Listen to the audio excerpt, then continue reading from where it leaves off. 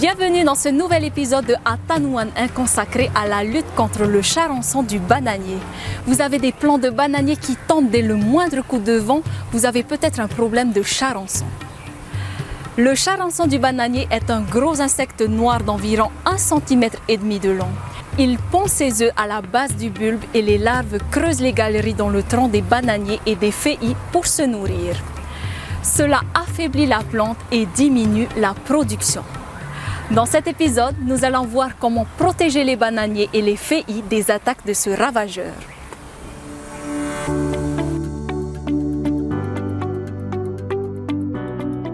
Avant toute plantation, il faut s'assurer que les rejets que l'on va utiliser ne sont pas infestés de charançon.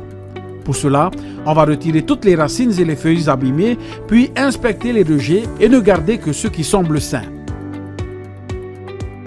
Ensuite, pour tuer d'éventuels œufs que l'on n'aurait pas vus, on trempe la base des plants dans une solution insecticide ou dans de l'eau javelisée pendant 20 minutes.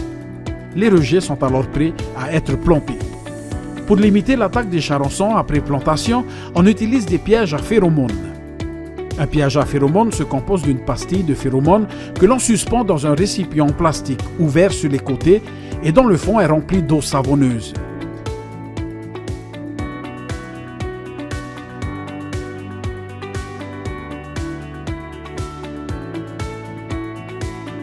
La phéromone attire les charançons adultes, mâles et femelles, qui volent puis marchent jusqu'au piège, entrent à l'intérieur et se noient dans l'eau savonneuse. Les pièges peuvent être réalisés avec des boîtes ou des bidons plastiques. Après les avoir rincés, on découpe 2 ouvertures sur les côtés que l'on rabat vers le bas pour réaliser une rampe d'accès pour les charançons.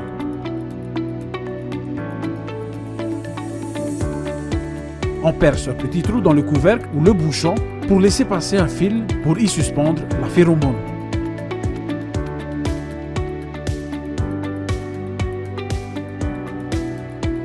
Les pièges sont placés au sol en faisant bien attention que les rampes touchent le sol. On remplit le fond du piège d'eau savonneuse sans aller jusqu'au bord, sinon les charançons peuvent s'échapper. Et on suspend la phéromone. Vous pouvez trouver la phéromone vendue sous le nom de Cosmolure dans les magasins de jardinage. Il est recommandé de placer 4 pièges par hectare et de déplacer les pièges de 20 mètres tous les mois. Renouvelez la phéromone tous les mois et pensez à remplir régulièrement les pièges d'eau savonneuse. Si dans votre plantation, vous voyez des plants au sol, examinez et décortiquez la base du bananier pour rechercher la présence d'œufs et de galeries.